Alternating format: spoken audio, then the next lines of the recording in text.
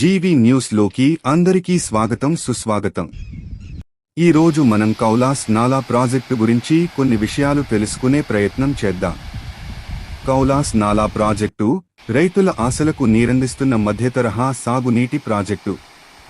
కామారెడ్డి జిల్లా జుక్కల్ మండలంలోని సావర్గావ్ గ్రామం వద్ద నిర్మించిన కౌలాస్ నాలా ప్రాజెక్టు ఉత్తర తెలంగాణలో కీలకమైన మధ్యతరహా సాగునీటి ప్రాజెక్టులలో ఒకటి. ఈ ప్రాజెక్టు నిర్మాణ పనులు 1999లో ప్రారంభమయ్యాయి. ప్రధాన లక్ష్యం జుక్కల్, బిచ్కుంద మండలాల్లోని రైతులకు సాగునీరు అందించడం. ఈ ప్రాజెక్టు ద్వారా సుమారు 9,000 ఎకరాలకు సాగునీరు అందించేలా ప్రణాళిక రూపొందించబడింది. జుక్కల్, బిచ్కుంద మండలాల పరిధిలోని 19 గ్రామాలకు దీని ద్వారా ప్రయోజనం చేకూరేలా లక్ష్యంగా పెట్టుకున్నారు. కౌలాస్ నాలాకు వచ్చే నీటి ప్రవాహం ప్రధానంగా మహారాష్ట్ర వైపు ఉన్న క్యాచ్మెంట్ ప్రాంతాలపై పడే వర్షాలపై ఆధారపడి ఉంటుంది. అందువల్ల ఎగువ ప్రాంతాల్లో మంచి వర్షాలు కురిసినప్పుడు ప్రాజెక్టులోకి భారీగా నీరు చేరుతుంది. వర్షాభావం ఉంటే నీటి నిల్వలు తగ్గిపోవడంతో రైతులు ఇబ్బందులు ఎదుర్కొనే పరిస్థితి ఏర్పడుతుంది. ప్రాజెక్టు పూర్తి స్థాయిలో నిండిన సంవత్సరాల్లో పరిసర గ్రామాల రైతులు వరి, మొక్కజొన్న, పసుపు, సోయాబీన్ వంటి పంటలను సాగు చేస్తూ మంచి దిగుబడులు సాధిస్తున్నారు. అయితే ప్రతి ఏడాది సమృద్ధిగా నీరు అందకపోవడం ఈ ప్రాజెక్టు ఎదుర్కొంటున్న ప్రధాన సమస్యగా రైతులు చెబుతున్నారు. భారీ వర్షాల సమయంలో ప్రాజెక్టులోకి ఒక్కసారిగా నీటి ప్రవాహం పెరగడంతో అధికారులు దిగువ ప్రాంతాల ప్రజలను అప్రమత్తం చేస్తూ అవసరమైతే గేట్లు ఎత్తే చర్యలు తీసుకుంటారు. కౌలాస్ నాలా ప్రాజెక్టు కేవలం ఒక సాగునీటి వనరు మాత్రమే కాదు. జుక్కల్, బిచ్కుంద ప్రాంత రైతుల జీవనాధారానికి కీలకమైన ప్రాజెక్టు. ఈ ప్రాజెక్టుకు స్థిరమైన నీటి లభ్యత, కాలువల నిర్వహణ, ఆధునికీకరణ వంటి అంశాలపై ప్రభుత్వం మరింత దృష్టి సారిస్తే వేలాది మంది రైతులకు దీర్ఘకాలిక ప్రయోజనం చేకూరే అవకాశం ఉంది.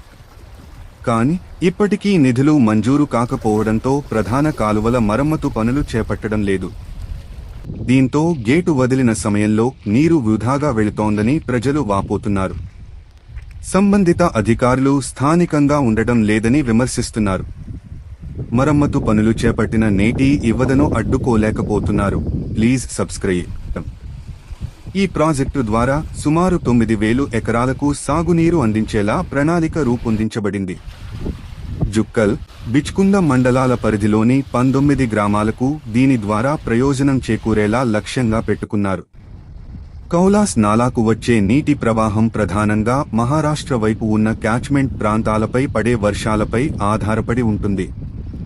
అందువల్ల ఎగువ ప్రాంతాల్లో మంచి వర్షాలు కురిసినప్పుడు ప్రాజెక్టులోకి భారీగా నీరు చేరుతుంది. వర్షాభావం ఉంటే నీటి నిల్వలు తగ్గిపోవడంతో రైతులు ఇబ్బందులు ఎదుర్కొనే పరిస్థితి ఏర్పడుతుంది.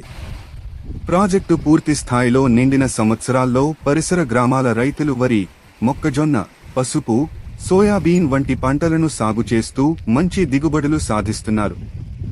అయితే ప్రతి ఏడాది సమృద్ధిగా నీరు అందకపోవడం ఈ ప్రాజెక్టు ఎదుర్కొంటున్న ప్రధాన సమస్యగా రైతులు చెబుతున్నారు.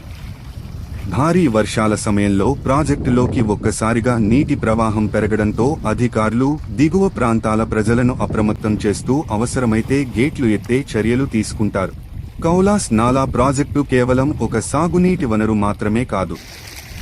జుక్కల్, బిచ్కుంద ప్రాంత రైతుల జీవనాధారానికి కీలకమైన ప్రాజెక్టు.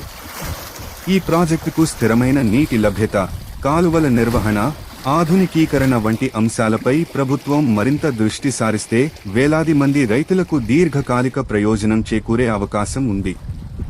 కానీ ఇప్పటికీ నిధులు మంజూరు కాకపోవడంతో ప్రధాన కాలువల మరమ్మతు పనులు చేపట్టడం లేదు. దీంతో గేటు వదిలిన సమయంలో నీరు వృధాగా వెళుతోందని ప్రజలు వాపోతున్నారు. సంబంధిత అధికారులు స్థానికంగా ఉండటం లేదని విమర్శిస్తున్నారు. మరమ్మతు పనులు చేపట్టిన నేటి ఇవ్వదను అడ్డుకోలేకపోతున్నారు.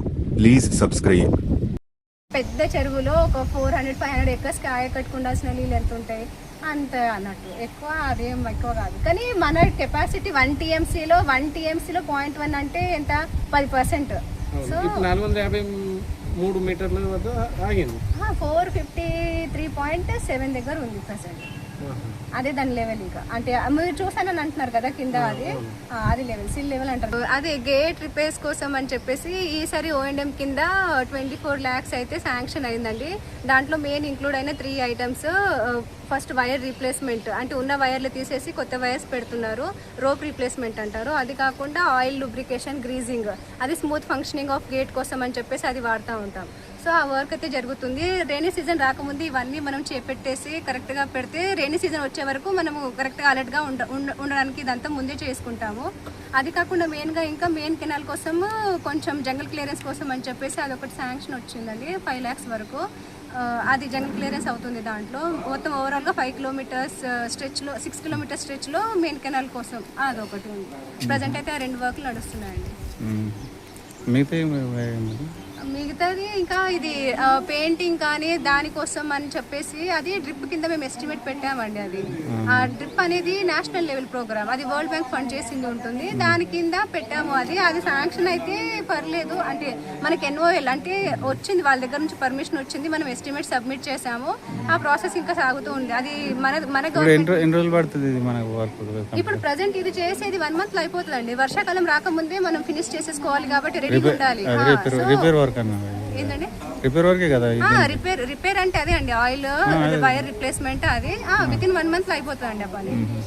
ఇప్పుడు వాటర్ కూడా రైతులకి అవసరం కూడా ఉండదు, ప్రెసెంట్ అవసరం లేదు. అండ్ అందరు రైతులకి మేము మీటింగ్ పెట్టి అందరు సలహాలు తీసేసుకొని వాళ్ళని అడిగి మేము వాటర్ ఓపెన్ చేస్తామండి.